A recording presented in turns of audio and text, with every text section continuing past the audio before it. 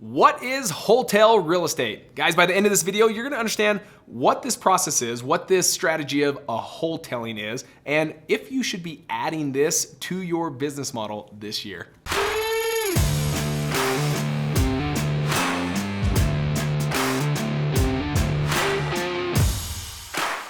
Are you hearing other investors out there? They're talking about this whole new strategy called wholetailing. That's right, not wholesaling, but wholetailing, and that they're killing it. And that you want to take a stab at it, but you also don't want to make those costly mistakes of doing it wrong. If so, guys, stick with me in this video because I'm gonna break down that process step by step so that you know how to do your first wholetail deal successfully. So what is wholetailing? Guys, I want you to think of that simple word that we're all used to, and that's wholesale. And then there's this other word called retail. You put those words together and you get wholetail. Essentially what we're doing here, it's that art of finding still that deeply discounted property, right? We go through wholesaling, and for those that are subscribers to our channel, you know I talk heavily about wholesaling, and really it's that art of finding deeply discounted properties, but instead of selling it to a cash buyer, you're selling it to a retail buyer. Retail buyers being your highest paying cash buyer out there. So let's backtrace a little bit, talking about this wholesaling, right? We go out there, you normally find discounted property, you're talking to a seller, you get it at a discount, you're able to solve their problems. And then ultimately the strategy that everyone uses is what's called that assignment, right? You're looking for a cash buyer that wants to take down this deal in lieu of you for a fee. And then ultimately they're gonna be the ones that go and fix and flip it. Now the wholetail strategy is much like it, you're just ending with a different exit strategy. You still go out, you still work with the seller directly, you're putting the home under contract at a discount, but this time what you're doing is, if it's not a bad home, meaning there's gonna be homes you can't wholetail because they're not livable and they're not lendable. There's things that you just can't do. But in most cases, if just a little bit of cleanup, as long as it's livable, as long as it's lendable, instead of selling it to a cash buyer, there's a buyer out there that will pay even more than your cash buyers, and that's a retail buyer. So you're cleaning up just enough that a retail buyer can come in and purchase this home so that you can make even more money on each one of your deals. Now with wholetailing, because the goal is to sell to a retail buyer, your end buyer is that retail buyer, what it is that you're gonna have to do to avoid those pitfalls that can be costly, that can be deadly to your business, and we're gonna go over those right now so you don't make those big mistakes. Now as a wholetail deal, you no longer can just assign it to a retail buyer. That's not gonna happen. Mortgage companies will not allow assignable agreements where they're gonna perform on an agreement that is contingent upon you closing. So what you're gonna have to do, you're gonna have to close on the deal first. Does that mean you have to have the money physically in your bank account? No, guys, there's hard cash lenders out there. There's transactional lenders out there that you can borrow these funds for the 24 hours or whatever time frame, that 30 days, 60 days that you need. Yes, does it cost money? Absolutely, but it's also so that you don't have to come up with that money. Now, why do you have to close on it? Again, going back to the lenders, they're gonna be strict on their guidelines. It's not something that they can just purchase the home and fill in for you as a cash buyer so that you can just walk away with an assignment fee. You're gonna be the owner of this home. Don't let that scare you, but be aware of it. Before you get into wholetailing, already have lined up your hard cash lenders, your transactional lenders. You can do that through just simply family and friends, people that wanna lend out and make some money on their money, or you can just Google right there on the internet, just hard cash lenders or transactional lenders in your state, and you'll see a bunch of people pop up. There's a lot of people that lend out money for a fee so that you can close on these properties. Number two, again, if you're gonna be thinking, man, I want a retail buyer for this. Let's say you've already closed on the home. Number two, the pitfall you gotta avoid is most people close on and then they realize it's not livable or lendable. Those are the two L words you have to remember. Mortgage companies will not lend money if it's not livable and if it doesn't fit the criteria of lendability. What is lendability? Meaning if there's no flooring in the house, a mortgage company won't approve it. If your roof is bad or it's missing a roof, the lender won't approve it.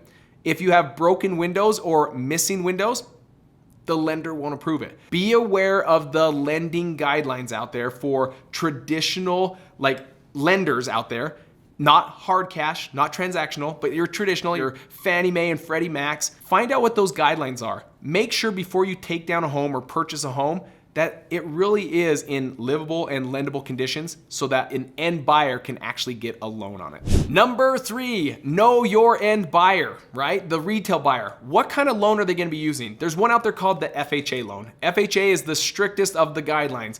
They're gonna be the ones that also require a seasoning period. Be aware of this. If you have your buyers coming in saying, I want this home, and I would be asking them, awesome, what kind of loan are you gonna be doing? If they're gonna be doing an FHA loan, be aware that you personally have to be the owner of that home for 90 days before you can resell it to this end buyer. There's that seasoning period. They will not close a day earlier than 90 days. Be aware of that. Now, because of this hot market that we live in, and because there's so many buyers out there for very little homes and options that are available, this allows you to have a lot of leverage. You can tell them, hey, we love your offer. We think it's great. We would go with you if you can go to a traditional finance or a normal financing loan, a conventional loan. FHA is not gonna work for us on this particular deal. So if you're willing to switch, we'll go with your offer. And 9 times out of 10, what we've seen in this, because money is so cheap right now, we've seen people be willing to get away from the FHA loans, go to a conventional loan so that they can continue moving forward, getting your deal. Before we share the 3 other tips with this wholesaling strategy, now I know that many of you, those that are specifically subscribers to my channel, you know that I talk a lot about wholesaling, and this wholesaling concept is really new. What questions do you have? I love hearing from you guys. What are some comments you can put down below? What questions that you have that, hey, I don't understand this, or what about this with wholesaling?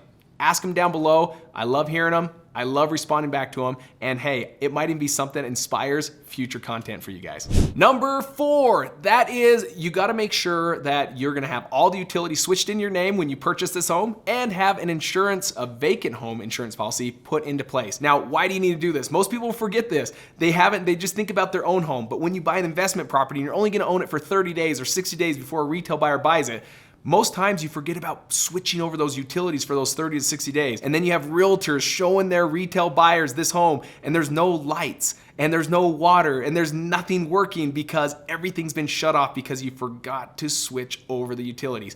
That's crucial. The other one is a vacant home insurance policy. What if that home catches on fire when you own it?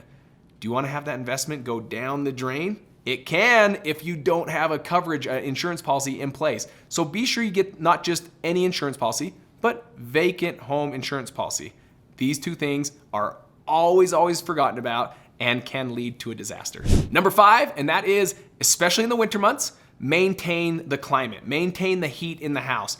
Winter months means frozen pipes. Here's the other downside when you own a home that's vacant, it's on the market, you have a vacant home policy, is most of those insurance policies will not cover broken pipes. So knowing that, make sure you maintain the heat. There's nothing worse than coming in and realizing that your basement is full 4 feet worth of water because pipes froze over the night. Keep that heat on, pay for the gas, pay for the heat, so that you don't have a disaster. So after you hear some of these scares, you're like, oh man, I don't know if I want to do it. Guys, don't get nervous. I just want you to be aware of these things. These are easily overcome. You can easily put a insurance policy in place. You can easily turn on the heat. You can usually switch over the utilities. That's easy. But guys, let me tell you why most people do wholetailing. Why is this a strategy that I use personally in my business? Is because it ultimately makes you so much more money. And when you price it, you no longer, if you're gonna make about $15,000 on an assignment deal, maybe you can turn that into a $30,000, $40,000, or a $50,000 deal by selling it to a different buyer, that retail buyer. Let me tell you a story about this one that we recently did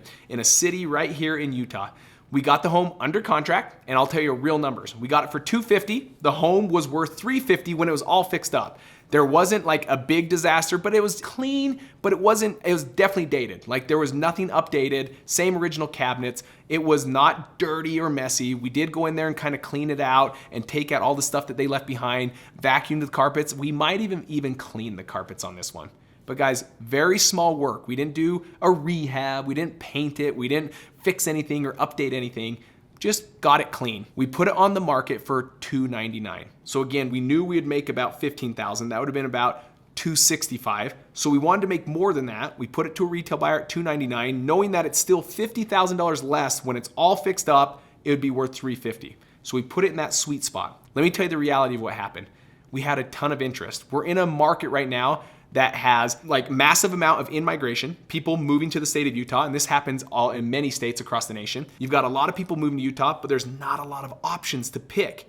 And so we're getting a ton of offers per home here in Utah because there's just not a lot of options out there. Because we had this home going during this time, we had 10 offers within the first 2 days, and one of them ended up paying us, the one that bought it, the full amount of $350,000 of what the home would be worth if it was fixed up, and it wasn't fixed up.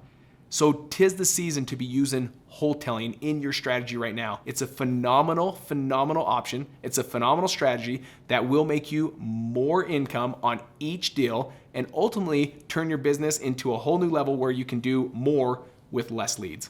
Guys, to learn a little bit more on how we negotiate as many deals we do about 10 deals every single month religiously here in Utah. We do about 5 or 6 deals a month over in Dallas, Texas. To learn how we negotiate those deals, I've left a link down below to a free negotiation real estate crash course that you can get access to. All you gotta do is click on that link in the description box, and I'll see each one of you guys in that training.